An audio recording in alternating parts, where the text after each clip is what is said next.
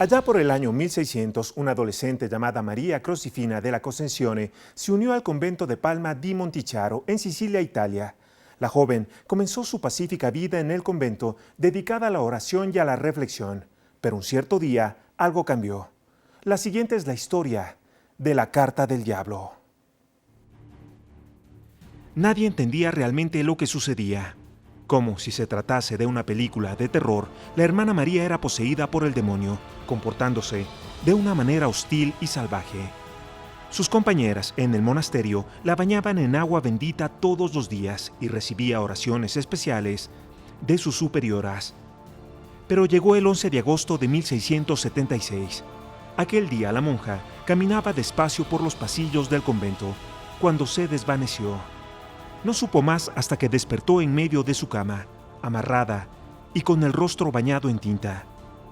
En una mano sostenía fuertemente algunos papeles. Cuando por fin logró soltarlos, encontró en cada una de las cartas mensajes indescifrables.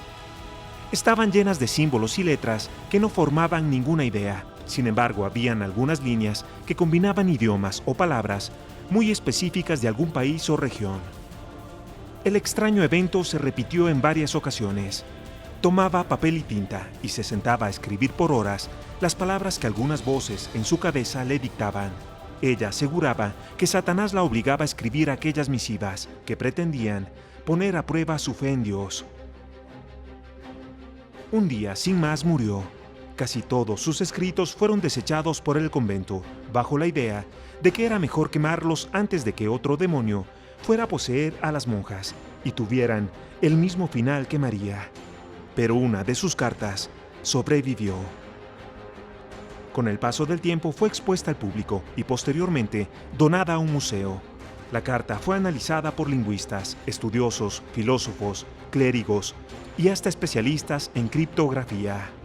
En 300 años nadie pudo descifrar su contenido, hasta que un grupo de investigadores del Centro de Ciencias de Ludum en Italia buscó utilizar las nuevas tecnologías para desentrañar el enigma. Utilizaron un algoritmo alojado en la Deep Web para descifrarlo, y lo lograron. El proceso no fue sencillo. Compararon los símbolos de la epístola con caracteres del griego, del árabe, del alfabeto rúnico y del latín. La conclusión de los especialistas fue que la monja había utilizado una mezcla de dialectos para crear la Carta del Diablo, algunos de su propia invención. Finalmente, lograron descifrar unas 15 líneas de la carta, en la que Sor María aseguraba que la religión vivía una época de decadencia, que estaba basada en un sistema corrupto, que la Santísima Trinidad era un lastre y que Dios era un invento del ser humano. El documento fue analizado por una psicóloga que encontró en la carta comportamientos de esquizofrenia. Ella aseguró que esta era la verdadera razón que llevaba a la religiosa a escuchar voces e imaginar diálogos con Satanás. La monja era una gran conocedora de idiomas, lo que pudo haber servido para plasmar esas ideas sin forma en papel y con ello crear su propia manera de comunicarse. La supuesta posesión que le hacía revolcarse en el suelo y escupir espuma aparentemente no era más que una consecuencia de un padecimiento que se manifestaba en forma de convulsiones y del que aún no se tenía registro. Eso lo dijo un especialista. Solo la hermana María Crocifina della Cossenzione conocía la verdad.